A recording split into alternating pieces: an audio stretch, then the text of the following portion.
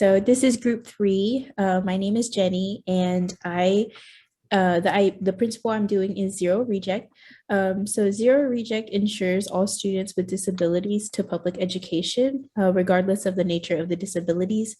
There's a set of procedures to alert the public that the service is available to students with disabilities, and they're able to send out materials to like help identify students with disabilities to basically go through the act and ensure that they um get equal, I guess, like work and stuff, and like just basically equal chances to be in school. So where we at? Oh, zero reject also addresses all students and can exclude them from school. So even students with like AIDS or any other specials or disabilities and stuff. And the consequences, if you were to basically discriminate these students or segregate them, it can include long-term suspensions or expulsion. My name is Megan, and the second idea principle is non-discriminatory evaluation. And non-discriminatory evaluation means, firstly, that assessment instruments that you're using for the evaluation can't discriminate on the basis of race, disability, or culture, or anything else for that matter. Secondly, that you need to assess students in their native language. And thirdly, that student eligibility for any special education can't be decided using only one test.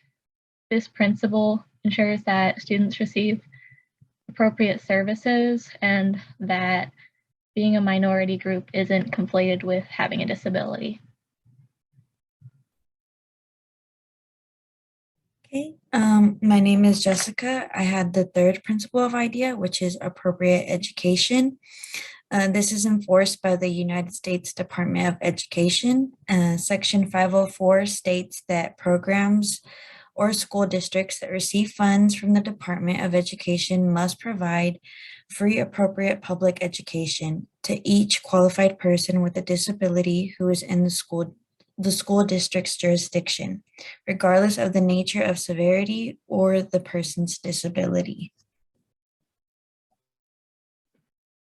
Okay, my name's Ebony. I had principle number 4, which is least restrictive environment. This basically just means that by federal law, we're required to give students the highest inclusive environment that they can have according to their abilities.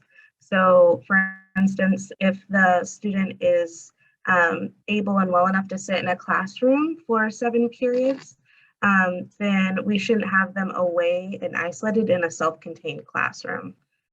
This principle just allows the student to grow and flourish rather than being held back.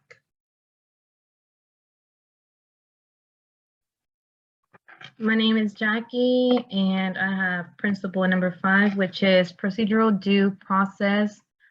This is a requirement under the Individuals with Disability Education Act that sets forth a regulatory basis for a formal set of policies and procedures to be implemented by schools and districts for children in special education program.